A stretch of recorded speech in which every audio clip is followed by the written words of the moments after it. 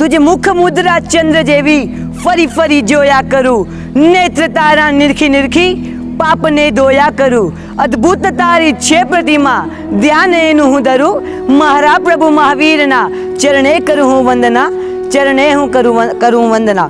करुणा ना दरिया समताती बरिया भक्ति ना रसिया, गुरु प्रेम सूरी जी ना पनोता शिष्य रत्न, भुवन भानु ना लाडक वाया, जय गोसूरी ना आँखों ना तारा, एवा युग प्रधान आचार्य शम परम पूज्य पन्यास प्रवर श्री चंद्रशेखर विजय जी महाराज साहेब नो जय हो विजय हो।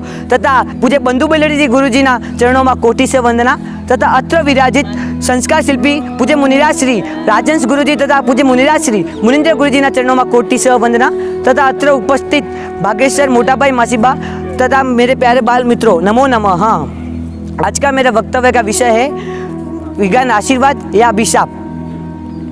जब देश का पुरुष वर्ग व्यापार धंधे में मस्त था, जब देश की महिलाएं गृह कार्य में व्यस्त थी, जब देश के बच्चे खेल कूद में मस्त थे, जब देश के सैकड़ों विद्यार्थी और विद्यार्थिनियां स्कूल की पढ़ाई और कॉलेज की पढ़ाई में मशगूल थे, तब इस बदनसीब देश में अचानक खून की नदियां बहने लगी, मुर्दे और हड्डियों के ढेर जमने लगे, भागा भागी और चिल्ला हटे होने लगी। पल भर में क्या घटना हो गई? क्या आप जानते हो कौन से बदनसीब देश पर यह मुसीबत आन पड़ी थी? क्या आप जानते हो इतना अति निर्दय और हिंसा के नग्न नाच का सर्जक कौन था? इस हिंसा के नग्न नाच का सर्जक कोई और नहीं, विज्ञान ही था, एकमात्र विज्ञान। हिरोशिमा और नागासाकी पर अमेरिका की क्रूर सल्तनत के द्वारा फेंके हुए अणुबम ने हत्याकांड रचा था।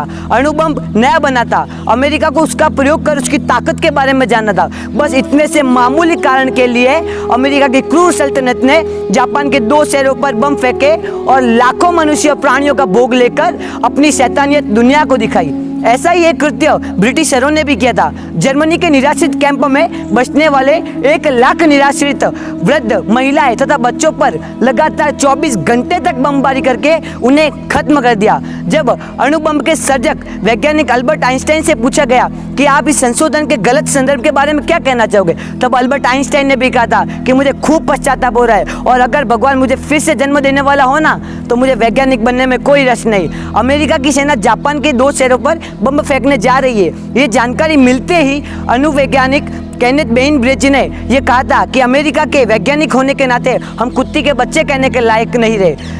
अल्बर्ट आइंस्टाइन ने तो ये आगाही कर दी है कि तीसरे विश्व युद्ध का संहार इतना भयानक होगा कि उससे पूरी मानव जाति हतप्रभ हो जाएगी और इस युद्ध में विज्ञान की सर्वसिद्धियां सर्वनाश पाएगी। जिस देश में लोग शांति से जीवन व्यतीत करते थे उस देश की शांति को आग लगाने का काम इन अणुबम के सर्जकों तथा विज्ञान और विज्ञानियों ने किया है। विज्ञान एक 7 फणों वाला मणिधर जहरीला नाग है। जैसे मणि के लालच में सांप के पास जाने से दुर्गति होती है, वही दुर्गति विज्ञान के साधनों में लालच रखने से होती है। जे पोष तू ते मार तू, ये काव्य पंक्ति सच साबित हो रही है कि स्वयं द्वारा सर्जित धरती का स्वर्ग स्वयं से ही नष्ट होगा। विज्ञान की टीवी और वीडियो की सिद्धि के द्वारा गुंडागर्दी, खून खराबा, विकार और वासना की आग भड़कती दिखाई दे रही है। विज्ञान की इलेक्ट्रिक सिद्धि के द्वारा रात्रि भोजन, नवरात्रि डिस्को, नाइट क्लब आदि पापाचारों का स्पष्ट सर्जन दिखाई दे रहा है। विज्ञान की आधुनिक कत्लगाहों मशीनों की सिद्धि के द्वारा विश्व में करोड़ों पशुओं की करोड़ों चीखें सुनाई दे रही है। ऐसे ही विज्ञान की सिद्धियां सिर्फ मानव जाति के लिए नहीं बल्कि समग्र जीव सृष्टि के लिए अभिशाप है। अभी तो वैज्ञानिकों के हल्ले गुल्ले की बात बहुत आगे तक बढ़ गई है। उनके द्वारा सोनोग्राफी का जो संशोधन हुआ है, इस संशोधन से गर्भ में स्थित बालक की जाति के बारे में जानकारी मिलती है। यदि वो लड़की है, ये जानकारी मिलती है तो उसका उसी वक्त कत्ल कर दिया जाता है। ये विश्व का सबसे जंगलियात भरा कृत्य है। सोनोग्राफी के संशोधन के द्वारा विश्व में प्रति वर्ष करोड़ों लड़कियों का जन्म होने से पहले उनका कत्ल कर दिया जाता है। मुझे तो लगता है अब इन करोड़ों बच्चों की हाय विज्ञान को ज़्यादा समय तक टिकने नहीं देगी और उन्हीं के द्वारा बनाए हुए अणुबम ही उनके सर्वनाश का कारण बनेंगे। अंत में इतना ही कहना चाहता हूँ कि उपयुक्त वास्तविकता के अनुसार जो लोग सज्जन, होशियार तथा समझदार होंगे वो विज्ञान को आशीर्वाद स्वरूप कबूल नहीं करेंगे, क्योंकि विज्ञान में भयंकर हिंसा है, धर्म विरोधी है, परंपरागत मूल्य विरोधी है। जो मनुष्य के पास इसका पूरा अभ्यास ना हो वो ही विज्ञान की प्रशंसा करने को आगे आएंगे। લડતી ઝઘડતી આ દુનિયાને એક દિન મહાવીર ચિંધ્યા રાય જવું પડશે.